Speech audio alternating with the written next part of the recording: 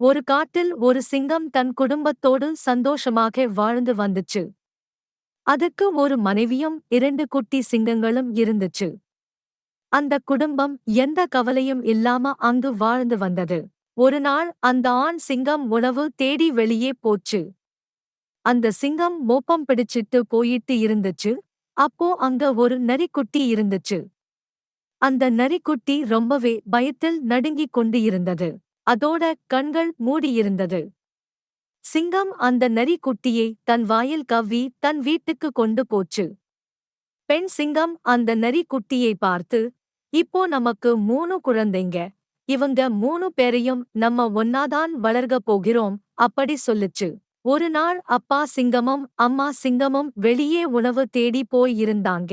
அப்போ இந்த 3 குட்டிகளும் விளையாடிட்டு குகைக்கு வெளியே வந்தாங்க.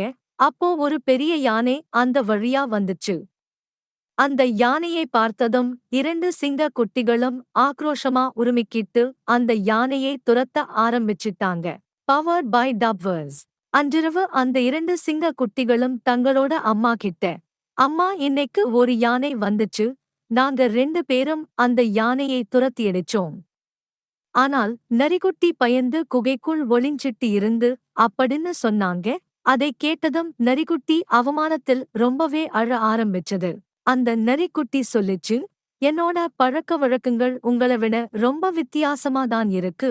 என்னால உங்கள போல நடந்துக்க முடியாது, அதனால நான் என் குடும்பத்தோட இருக்கிறது தான் நல்லது அப்படின்னு சொல்லிச்சு. அதுக்கு அந்த ஆண் சிங்கம் சொல்லிச்சு, சரி கவலைப்படாதே, உன்னை உன் குடும்பத்தோட நாங்க சேர்த்து வைக்கிறோம் என்றது.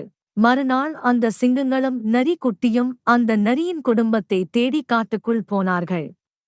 கொஞ்ச தூரம் போனதுக்கு அப்புறம் அந்த நரி குட்டியோட குடும்பத்தை பார்த்தாங்க. அந்த சிங்கங்கள் நரி குட்டியே அதோட குடும்பத்துடன் சேர்த்து வச்சாங்க. நீதி: நம்மை போல குணம் உள்ள நண்பர்களிடம் நட்பு வைப்பதே நல்லது.